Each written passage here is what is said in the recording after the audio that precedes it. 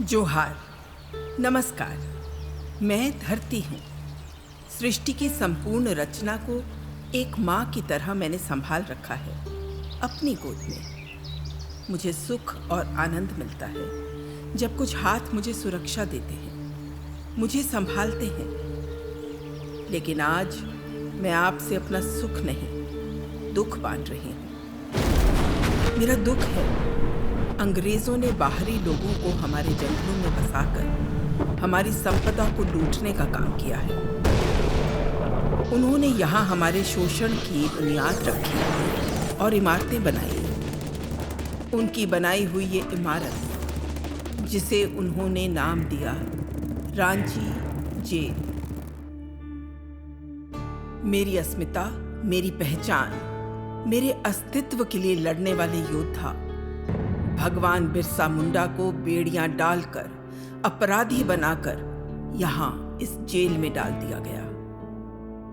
अंत में अपने प्राणों का बलिदान कर अमर हो गए।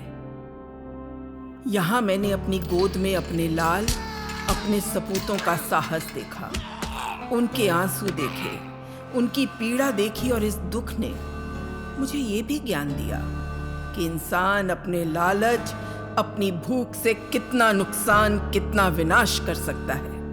अपने इस दुख के अंधेरे से कुछ पल के लिए निकलती हूं तो अपनी पहचान के पुराने वक्त से जुड़ जाती हूं। करोड़ों साल पहले मेरे अंदर की खनिज संपदा फूटे हुए लावे, कोयला और लोहे के रूप में बाहर आए। फिर साल के जंगल, और उन जंगलों में नाना प्रकार के प्राणी भी अलंकृत हो गए। फिर यहीं पर सबसे पहले असुर समुदाय ने लोहा पिघलाकर लोहे के शस्त्र बनाए। धीरे धीरे यहाँ राजकीय व्यवस्थाएं विकसित हुईं। पाल वंश के पश्चात पलामू से शाहबाद तक चेरों शासकों ने 12वीं से लेकर 19वीं सदी तक शासन किया। दक्षिण छोटा नागपुर में महाराजा मदरा मुंडा ने उत्तराधिकारी के रूप में शासन की बागडोर नागवंशी शासकों को सौंप दी। इसी तरह उत्तरी छोटा नागपुर में संताल और खेरवार शासन व्यवस्था और मानभूम जंगल महाल में भूमित समाज शासक के रूप में उभरे। मेरी गोद में अंकुरित आदिवासी समाज मुझसे आस्था और स्नेह की डोर बांधे अपनी बनाई व्यवस्था में चल रहा था। यहाँ जीवन था, आस्था थी, उत्सव थे, आनंद था, सब कुछ अपने और प्रकृति के अनुरूप।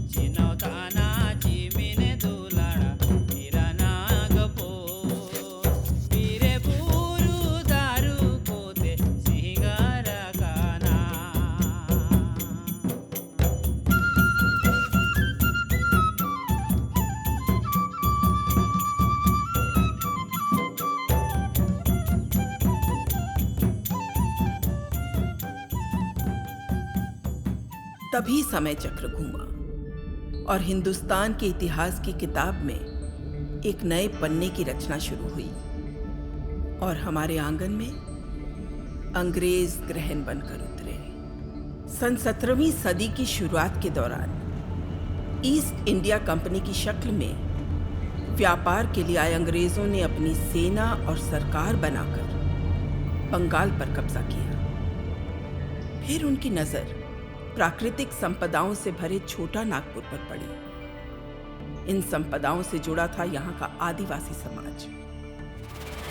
और फिर उन्होंने सरकारी नीतियों की आड़ में अपना खेल शुरू किया। 1793 में governor general Lord Cornwallis permanent settlement act लेकर आए, जिसके तहत जमींदारों को जमीन का मालिक बनाकर आदिवासी समाज के मालिकाना हक पर प्रश्न उठा दिए।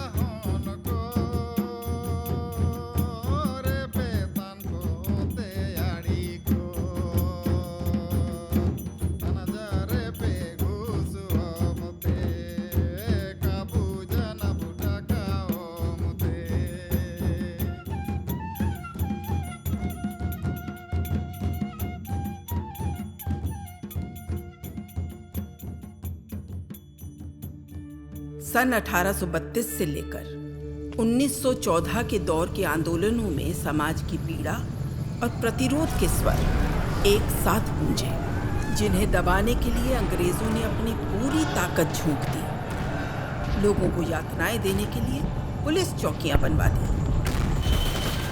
लेकिन धरती के साहसी वीरों ने अंग्रेजों को बता दिया कि वो उनके गलत इरादे को यहाँ कभी कामयाब नहीं होने देंगे। उन्हीं वीरों में से एक थे वीर बुद्धू भगत। रांची जिले के गांव सिलगाई के निवासी वीर बुद्धू भगत ने भोमुंडा उराव विद्रोह, जिसे कोल विद्रोह कहा गया, उसमें बड़ी भूमिका निभाई। उन्होंने अपने समर्थक क्रांतिकारियों को पारंपरिक शस्त्रों से लड़ने की नई शैली सिखाकर उन्हें अंग्रेजों के सामने मजबूती से खड़ा किया। उन्हें गिरफ्तार करना अंग्रेजी सरकार के लिए चुनौती बनी हुई थी। एक बार जब अंग्रेज सरकार इन्हें गिरफ्तार करके चेरोया ले जा रही थी, तब जोर की आंधी ने अंग्रेजों का खेल बिगाड़ दिया। क्रांतिकारियों ने इसका लाभ लिया और वो भगत को वहां से निकालने में कामयाब हो गए। चिड़ी हुई सरकार ने और ज्यादा तैयारी से उन्हें सिलगाई में घेरा। यहाँ उनके तीनों पुत्र उदयकरण, जलधर, गिरिधर, बेटियां रुनिया झुनिया एवं भाई भतीजे लगभग 150 से 200 क्रांतिकारियों की शहादतों के बाद क्रूरतापूर्वक वीर बुद्धू भगत का सर कलम कर दिया।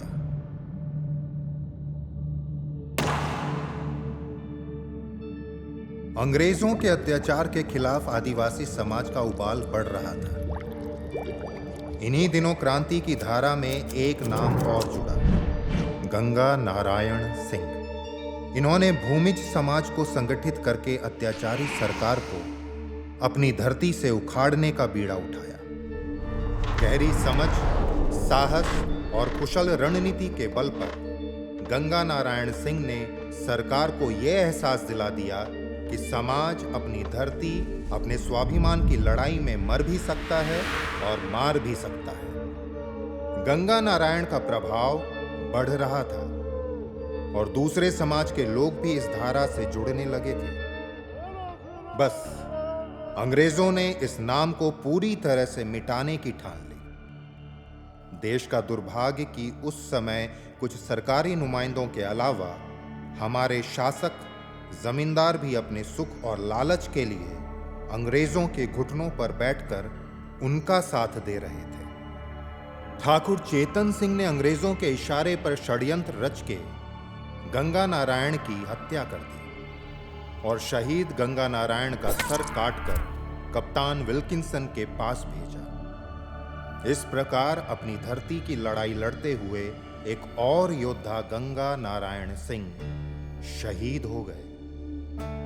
1831-32 के क्रांति के इस दौर में हो मुंडा समाज का बड़ा योगदान रहा है। इस समाज के हो मुंडा उराव उलगुलान की कमाल संभाली सिंध भूम जिले के एक गांव राजबासा के पोटोहो ने अपने साथ देवी हो, बोरा हो, नारा हो, बड़ाई हो और भुगनी हो जैसे योद्धाओं को जोड़कर अंग्रेजों के खिलाफ आंदोलनकारियों की एक फौज बनाई। ये फौज अंग्रेजों को बड़ा नुकसान पहुंचा रही थी। 18 नवंबर 1837 को सिरिंसिया घाटी में अंग्रेजी सरकार और फौज के बीच एक बड़ी लड़ाई हुई। इस लड़ाई में कुछ आंदोलनकारी तो शहीद हुए, लेकिन कई सिपाही भी मारे गए। आंदोलनकारियों की इस तरह से उग्र होकर बर्ताव करने की ये पहली घटना थी। शिकस्त से मार खाई सरकार तिलमिला उठी। उस सरकार ने इस समाज पर अपने अत्याचार बढ़ा दिए। लोगों को यातनाएं दी गई, गांव को आग लगा दी गई। आखिरकार सरकार भय का माहौल बना के षड्यंत्र रच के इस आंदोलन पर अंकुश लगाकर अपने मंसूबे में कामयाब हुई। यहाँ उसने हो समाज के लड़ाकू योद्धाओं को गिरफ्तार कर लिया और उन्हें फांसी पे चढ़ा दिया।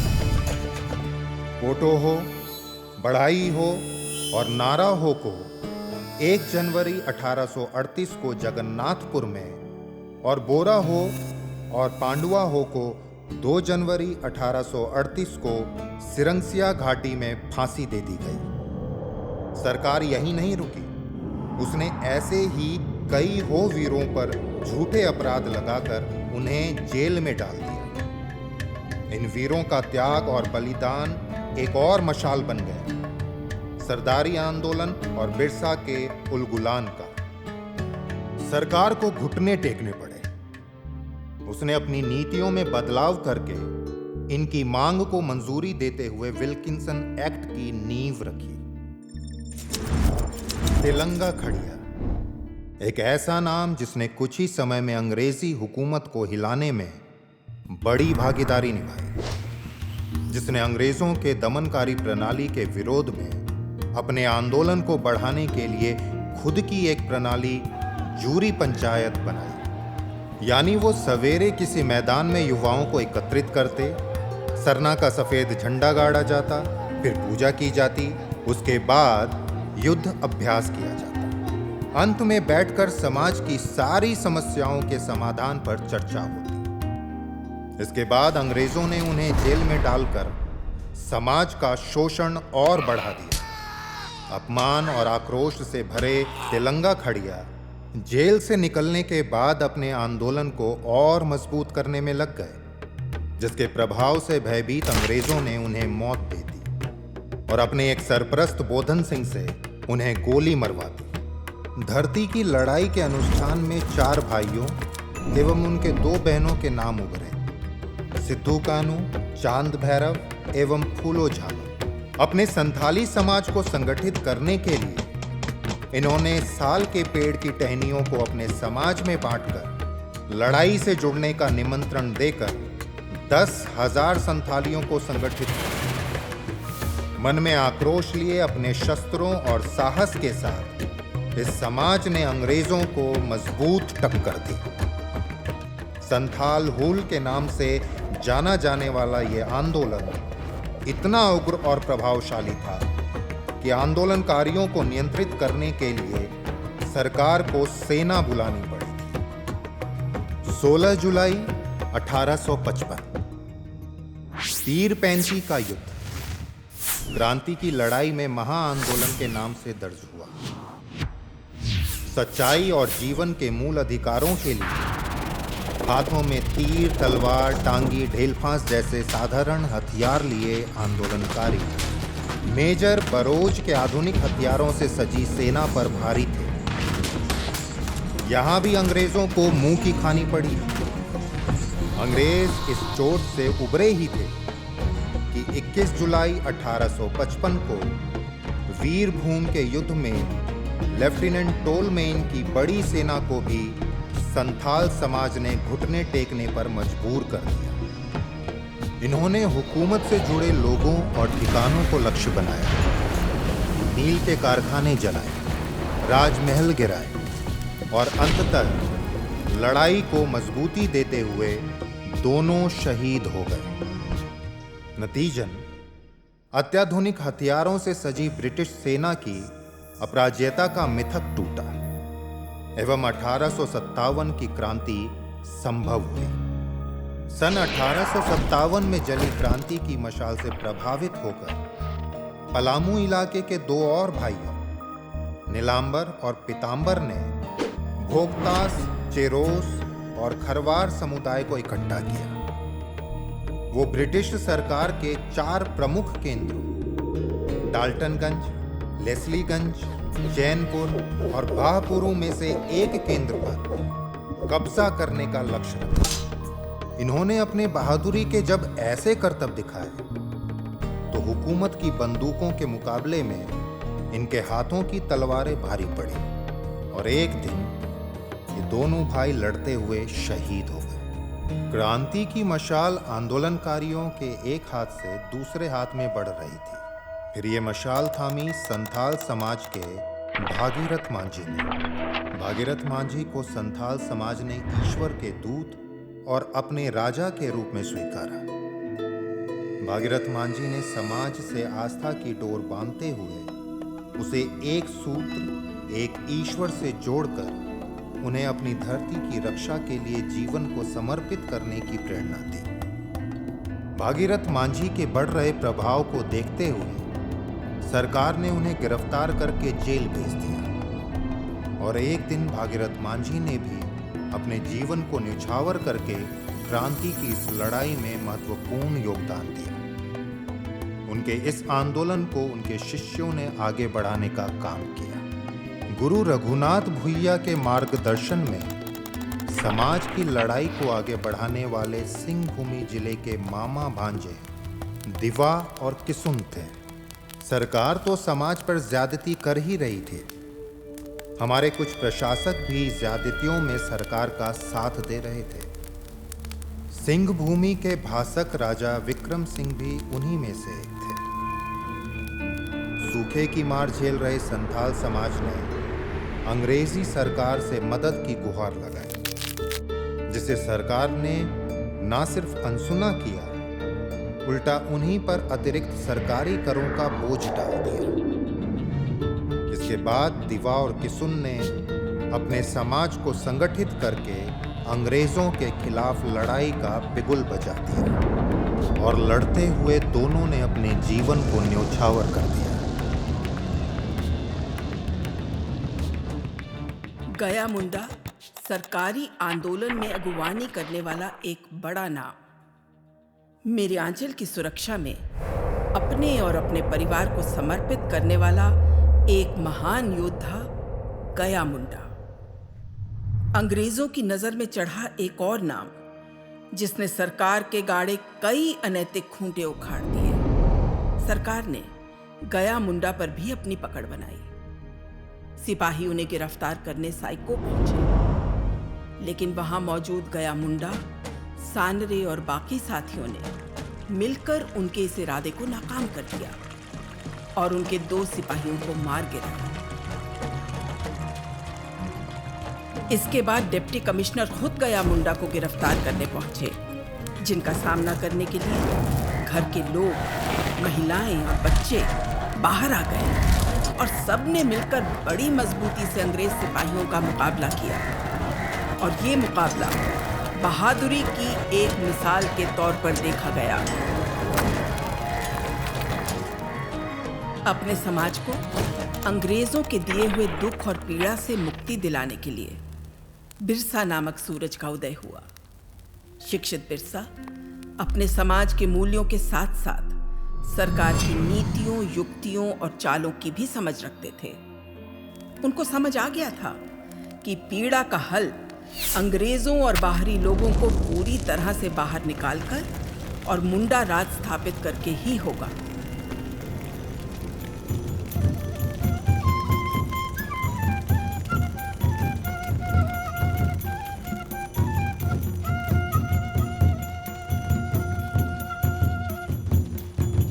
karen birsa munda sare tege jagara sare tege jagara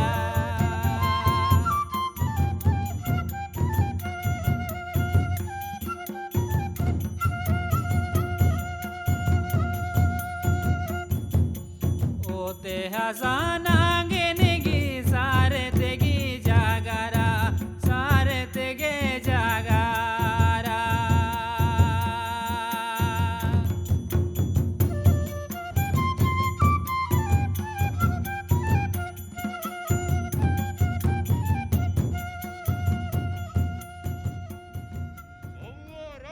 फिर उन्होंने अबुआ दिसुम अबुआ राज का नारा दिया। सरकार ने बिरसा की गिरफ्तारी के लिए कमर कस रखी थी। जब उन्हें डोंबारी बुरू पर बिरसा के होने का पता चला तो पुलिस और सेना उनकी गिरफ्तारी के लिए वहां पहुंचे।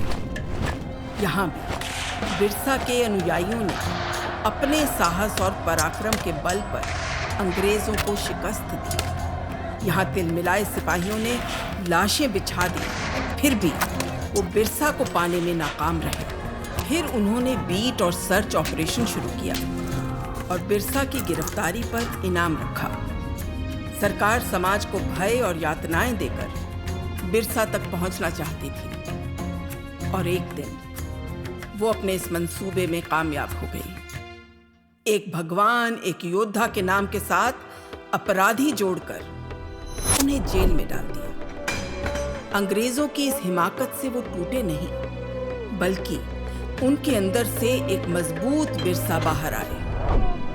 अपने भगवान को अपराधी के रूप में जेल में पड़ा देखकर समाज का आंदोलन और उग्र हो गया। अपने हाथ से नियंत्रण छूटते देख सरकार ने कायरता और दुस्साहस का परिचय देते हुए एक सूरज को अस्त करने का षड्यंत्र रचा। अचानक एक दिन खबर बिजली बन के पहुंची, भगवान बिरसा मुंडा की जेल में मौत। सरकार ने इस मौत का कारण बीमारी बताया, मगर इसके पीछे का सत्य ये है कि सरकार ने कायरतापूर्ण बर्ताव करते हुए भगवान बिरसा मुंडा को जहर देकर मौत दे दी। यो बिरसाया बादुलाड़ा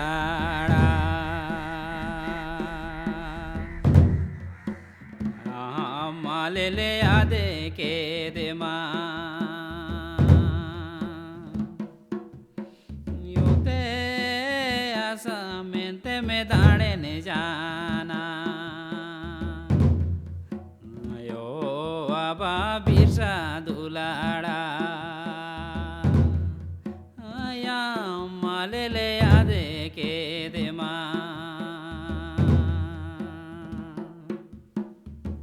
सरकार ये भूल गई कि सूरज अस्त होता है उदय होने के लिए। बिरसा के विद्रोह का प्रभाव बहुत से बदलाव लाया। भगवान बिरसा के हाथों जली मशाल अब बड़ा रूप ले रही थी। सरकार को झुकने के अलावा कोई दूसरा रास्ता नहीं दिख रहा था और परिणाम स्वरूप कई महत्वपूर्ण सुधार हुए। समाज की मूल व्यवस्था प्रणालियों को फिर से बहाल किया गया। सरकार ने समाज की समस्याओं के निवारण के लिए गुमला और खुंटी को सब डिवीजन बनाया। सरकार CNT एक्ट 1908 लेकर आई। जंगलों में बाहरी लोगों के बसने पर प्रतिबंध लगा। नीतियों में सुधार करके समाज को उनकी भूमि के अधिकार वापस दिए गए। इसके बाद गुमला विशुनपुर के जतरा टाना भगत की अगुवाई में एक और आंदोलन का जन्म हुआ। इस आंदोलन के विचार का आधार पूरी तरह से धार्मिक, आध्यात्मिक, सांस्कृतिक और अहिंसा की नींव पर टिका था। मदिरा और मांसाहार का त्याग करके ईश्वर की आस्था का हाथ थामे आंदोलन ने जमींदारों के साथ विद्रोह और सरकार के साथ असहयोग की नीति अपनाई। सन 1914 में इस आंदोलन का आधार रखने वाले जतरा टाना भगत, जो जीव हत्या के विरोध और अहिंसा के प्रचारक बने, एक बार पेड़ से अंडे उतारते हुए उनके हाथ से अंडे छूटे और उन्होंने अंडों में भ्रूण देखा। तभी से उन्होंने स्वयं जीव हत्या का त्याग किया और इसके प्रचार में लग गए। फिर उन्होंने अपने इसी विचार को आंदोलन में अपनाया। भगत के इस अनोखे तरीके ने लोगों को बहुत प्रभावित किया और देखते ही देखते हजारों लाखों लोग उनसे जुड़ गए। आंदोलनकारियों ने सरकार को भूमि कर देने का विरोध किया। परिणाम स्वरूप अंग्रेजी सरकार ने जतरा टाना भगत को जेल में डाल दिया।